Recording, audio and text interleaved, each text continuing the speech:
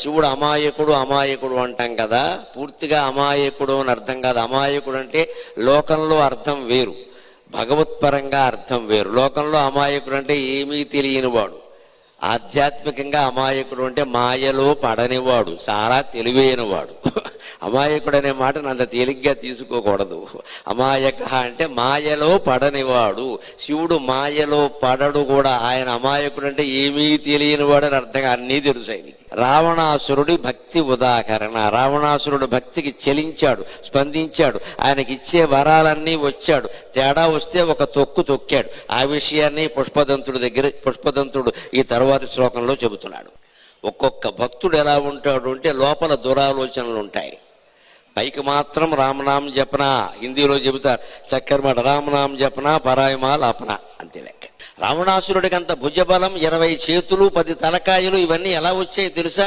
ఆ బలం అంతా అక్కడ శివభక్తి వల్ల వచ్చింది. శివుడు అంటే అంత భక్తి నిజమే చూపించాడు. అలా వచ్చినటువంటి భుజబలాన్ని దేనికి వినియోగించాలి? తను బాగుపడడానికి వినియోగించుకోవచ్చు, సమాజం బాగుపడడానికి వినియోగించుకోవచ్చు. ఈ భుజబలం అంతా సీతాదేవిని ఎత్తుకురావడానికి వినియోగించింది. బలంతో చివరికి కైలాసాన్ని ఆక్రమించాడు. అది సంగతి. అంటే తెన్నింటి వాసాలు లెక్క పెట్టడమేనా కాదా? నీ భుజబలం అంతా శివభక్తితో శివుడు వరం కారణంగా సంపాదిస్తావా? శివుడి మీద కడతావా? ఎందుకు? అది కూడా తమో గుణ భక్తి. ఆయన కైలాసం మీద ఏమీ దాడి చేయలేదు ప్రత్యేకించి, భక్తిలో భాగంగానే చేశాడు. ఆయన కూడా శివుడు కోసం తపస్సు చేశాడు. శివుడు ప్రత్యక్షం అలా అవ్వకపోతే చేసుకో, ఇంకా చేసుకో.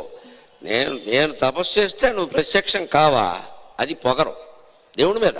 పిలిస్తే రావా అని ఏం చేశాడు ఆయన? 20 చేతులతో తన శిరస్సుని, 10 శిరస్సులు 20 చేతులతో కైలాస పర్వతాన్ని పైకి లేపేశాడు.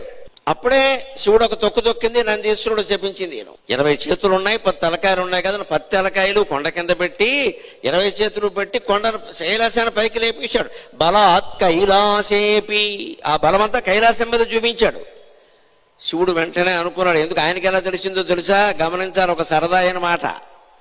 ఆ కైలాసం పైకి లేపేసరికి అమ్మవారికి కంగారు వచ్చేసింది, కొంచెం భయం వేసింది. పాపం హఠాత్తుగా వచ్చి శివుణ్ణి గౌగురించుకుంది. శివుడు అనుకున్నాడు, వాడు కొండ మీద పైకి లేపితే లేపాడు కానీ మా ఆవిడ వచ్చి నన్ను తనంత తాను గౌగురించుకునే అదృష్టం దక్కింది కదా అనుకున్నాడు. రావణాసురుడు భక్తుడే, 20 చేతులు వచ్చాయి, 10 తలకాయలు వచ్చాయి. వాటితో ఏం చేశాడు? కైలాసాన్ని పైకి లేపేశాడు. మరి ఇది భక్తి అంటారా, భక్తి అంటారా? ఒళ్ళు పొగరబోతాను అంట. అందుకే అప్పుడు శివుడు ఏం చేశాడు తెలుసా? ఒక్క నవ్వు నవ్వి, నీకు ఇచ్చేది నీకు ఇవ్వాలి కదా నేను అని చెప్పి కుడికాలి బొటన వేలుతో ఒక్క తొక్కు ఇలాగా ఊరికే బొటన వేలు ఇలా ఆడించి తొక్కేసరికి ఏం జరిగింది తెలుసా? వాడికి 20 చేతులు విరిగిపోయి, 10 తలలు వంగిపోయి ఉక్కిరి బిక్కిరి అయిపోయాడు, ప్రాణం పోయి. అది మార్కండేశ్వర స్వామి అంటే. ఇది మార్కండేశ్వర స్వామి అంటే ఇందాక శ్లోకంలో చెప్పినట్టుగా మన కోసం విషం సేవించడానికి సిద్ధంగా ఉన్నవాడు కూడా మార్కండేశ్వరుడే. మనం ఎవరి మీదైనా విషం చిమ్మితే మనని తొక్కేయడానికి సిద్ధంగా ఉన్నవాడు కూడా మార్కండేశ్వరుడే.